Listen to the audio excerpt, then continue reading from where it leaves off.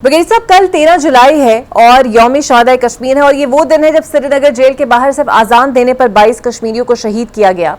और उस दिन से लेकर आज तक ये जुल्म सितम के पहाड़ कश्मीर पर तोड़े जा रहे हैं। आलमी बरादरी खामोश तमाशाई है। आप क्या समझते हैं, ऑपरेशन बनियानुल मरसूस की कामयाबी के बाद कश्मीर कॉज को लेकर अब होना क्या चाहिए और इतनी यकीन दहानियों के बावजूद दुनिया अब करेगी क्या इस इशू को लेकर?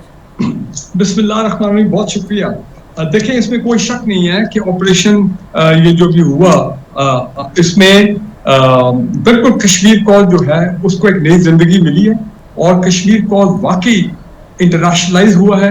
इंटरनेशनल फोरम्स के ऊपर इंटरनेशनल मीडिया, और फिर देखें प्रेसिडेंट ट्रंप ने कितनी दफा उन्होंने कश्मीर की बात की है और ये भी जनाब वो किसी तरह मीडिएट करेंगे पाकिस्तान इंडिया के दरमियान कि कश्मीर का मसला पॉलिटिकल डायलॉग के थ्रू हल हो।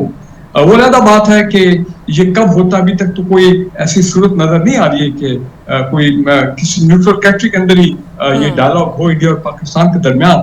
और दूसरी तो आपको मालूम है कि इंडिया ने रिजेक्ट कर दिया है, वो कोई मीडिएशन को एक्सेप्ट करने को तैयार नहीं है। वो कहते हैं हमने तो बात ही नहीं करनी है कश्मीर पर, अगर बात होगी तो वो तो उनके ज़हन में तो ये है कि जी हमने पाकिस्तान ऑक्युपाइड कश्मीर, जिसको हम जो बिल्कुल डिजर्व्स टू बी कॉल्ड आजाद कश्मीर, कि हम तो उसको लेंगे बाय फोर्स, जो कि obviously Pakistan will never let that happen. लेकिन मैं कहना ये चाह रहा हूँ कि देखिए इन द प्रोसेस जो तहरीक है फ्रीडम फाइटर्स की इंडियन ऑक्युपाइड कश्मीर में, बिल्कुल उसमें भी एक तेजी आई है, उसमें भी एक नई जान जो है, एक नई रूह जो है वो पैदा हुई है। और अब हमें खबरें आती हैं ऑन अ रेगुलर बेसिस कि जनाब फ्रीडम फाइटर इंडियन आर्मी पे हमले किए हैं, फ्रीडम फाइटर जो सिक्योरिटी फोर्सेस के साथ उनकी लड़ाई हुई है। तो ये अच्छी बात है कि ये ऑपरेशन मरसूस के बाद ये वाकई ये बड़ा अपना मामला जो है ये आगे बढ़ा, इसको एक इम्पीटस मिला है, जो अंग्रेजी में कहते हैं इम्पीटस, कि ये गालिबन अब और आगे जाएगा। और बात ये है कि हम तो कश्मीरी फ्रीडम फाइटर्स को, जाहिर बात है उस तरह हम उनकी जगह तो नहीं लड़ सकते हैं इंडियन ऑक्युपाइड कश्मीर में जाके। ठीक है, 30-40 साल पहले हुआ था, वो दौर और था। हमारी moral support, political support, diplomatic support to the Kashmir cause वो बिल्कुल रहेगा। और हमारे ये दो ही कॉजेज हैं जिनको हम इस वक्त सपोर्ट कर रहे हैं भरपूर इंटरनेशनल लेवल पे। एक गजा में फलस्तीनियों के खिलाफ जो नस्लकशी जेनोसाइड है, एंड ऑब्वियसली अपना हमारे कश्मीरी भाइयों का ये जो कॉज है, तो लिहाजा इससे तो हम पीछे हटने नहीं लगे। अब जहां तक इंडियंस का ताल्लुक है, खासकर जब तक ये मोदी जो है पिछले 10 साल से आप देख रहे हैं, इनको फॉल्स फ्लैग ऑपरेशन करने की बड़ी आदत पड़ गई है। और ये पहलगाम वाला जो था, it was a clear false flag operation. आज तक कभी हमने नहीं देखा कि वो 26 लोग कौन थे, ये 27 लोग जो मारे गए थे, जो उनके मुताबिक मारे गए भाई, ना उनकी कोई शक्लें देखी है, ना उनकी बॉडीज देखी है, ना उनकी बैरियर के बारे में कभी कोई खबर आई है।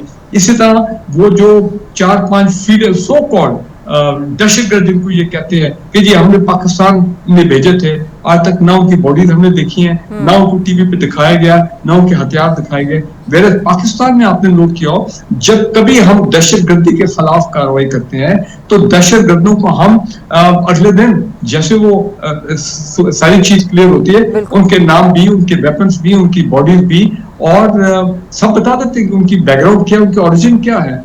वेरएज ये इंडियन जो है, क्योंकि जाहिर बात है ये फॉल्स फ्लैग ऑपरेशन होते हैं, खुद वो करते हैं कि ब्लेम डाल दिया जाए पाकिस्तान के ऊपर। अच्छा, और दूसरा इसी से बिल्कुल, और दूसरा जो जुड़ा इशू है जो भारतीय प्रॉक्सीज का है, जो बलूचिस्तान में ऑपरेट कर रही है। मतलब हमने ये देखा कि बीएलएफ ने ऑपरेशन बाम का आगाज किया तो भारतीय चैनल्स ने उसे खूब कवरेज दी, और उसके बाद हम ये देखते हैं कि योब में 9 अफराद को लसानी बुनियादों पर कत्ल कर दिया जाता है, और इस पे तमाम तरह हाथ भारत का है। आपको नहीं लगता कि अब ऐसी पॉलिसी हमें अख्तियार करनी पड़ेगी कि चाहे वो बलूचिस्तान के अंदर प्रॉक्सीज हो, चाहे वो कश्मीर हो, चाहे वो और इंतहा पसंदाना कार्रवाइयाँ हो, अब सब मुकदमात को एक तरीके से लेकर चलना पड़ेगा? बिल्कुल ठीक बात है। देखिए, अब तो बात और भी वाज़ेह हो गई है कि ये सिर्फ भारत नहीं है, ये भारत और प्रॉक्सी ग्रुप्स का नेक्सस नहीं है। प्रॉक्सी ग्रुप जो अफगानिस्तान में जिनकी बेसिस है वहां पे, बल्कि अब इसमें इसराइल का फैक्टर जो है वो भी सामने आ गया है।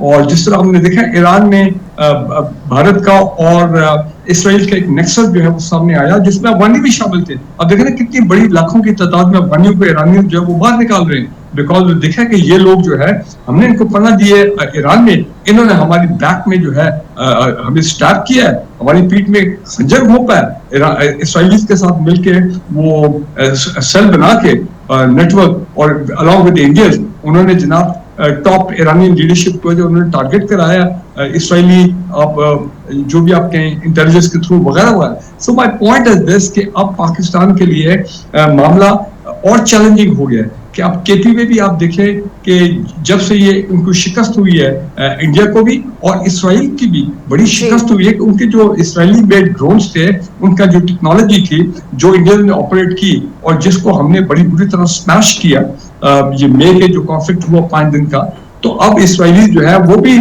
इस गुस्से में है कि कैसे पाकिस्तान के साथ इंडिया के साथ मिलके एक बदला दिया जाए। तो राउंड 2 की मेरे साथ ये लोग तैयारी कर रहे हैं और यही आप देख रहे हैं कि अब जब तक वो राउंड 2 नहीं होता है, ये केपी में या बलूचिस्तान में इन्होंने अपने जो दहशतगर्दी के इनके जो प्रॉक्सीज हैं उनमें उनको मजीद उनकी फंडिंग, उनकी ट्रेनिंग और सब कुछ सपोर्ट में तेजी आ गई है। उनके देखें जो ये सोशल मीडिया के जो ग्रुप्स हैं वो कितने एक्टिव हो जाते हैं। इंडिया में उनके सोशल मीडिया के जो एंटी पाकिस्तान और ये प्रो दहशतगर्द ग्रुप हैं, उनके आप आपस में हार्मनी देखें, उनकी कोऑर्डिनेशन देखें कि जैसे वहां पे हमला होता है तो उधर साथ ही इंडिया से जनाब पूरे इलेक्ट्रॉनिक मीडिया, उनका सोशल मीडिया वो हरकत में आ जाता है। So this is the big anti Pakistan nexus that we are faced with. और बात फिर वही है कि जाहिर बात है कि ये चाहे हमारे पॉलिटिकल लीडरशिप हो, हमारी मिलिट्री लीडरशिप हो, बिल्कुल हार्मनी में और लोकल जो हमारे केपी के हमारे जो पश्तून भाई हैं, लोकल पॉपुलेशन, बलूचिस्तान की लोकल पॉपुलेशन, मर्द, औरतें, बच्चे, वहां के यूथ इंक्लूडिंग केपी और हम सबको इकट्ठा लेकर ऑन बोर्ड लेके और bye winning the hearts and mind हम सब इकट्ठे होकर इस चैलेंज का जो है गंभीर चैलेंजेस है इनका मुकाबला करें और कोई हल नहीं माने। बिल्कुल सही, बहुत शुक्रिया। आप टाइट फारूक हमीद साहब मेरे साथ मौजूद थे।